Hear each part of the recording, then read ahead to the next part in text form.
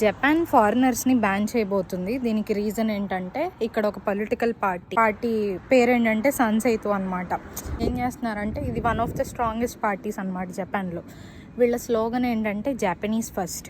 అంటే ఎవరైతే ఇమ్మిగ్రేషన్ నుంచి వస్తున్నారో వాళ్ళంతా కూడా ఇక్కడ కల్చర్ పాడు చేస్తున్నారని, బ్యాడ్ ఎకానమీ అవుతుందని, సో వాళ్ళకి చాలా ఇబ్బందిగా ఉందని చెప్పేసి స్ట్రాంగ్గా స్లోగన్ పాస్ చేస్తూ ఫైట్ చేస్తున్నారు. ఫారినర్స్ని ఎస్పెషల్గా టార్గెట్ చేస్తున్నారు. వాళ్ళకి కొంచెం ఇబ్బంది అవుతుంది అని చెప్పేసి సో ఎవరికైతే మరి జపాన్ రావాలన్న ఆలోచన ఉందో ఫారినర్స్కి, వాళ్ళకి రావడం కష్టమైపోతుంది, ఎస్పెషల్లీ జాపనీస్ రాకపోతే. సో మీలో ఎవరైనా సరే ఇక్కడికి వద్దామని ప్లాన్ చేసుకుంటుంటే it's always better to learn Japanese. కనీసం బేసిక్ లెవెల్స్ N5 N4 అయిపోయి N3 చదువుకుంటున్నా కూడా పర్వాలేదు. ఏం జరుగుతుందో మనకు తెలీదు, బట్ ఇట్స్ ఆల్వేస్ బెటర్.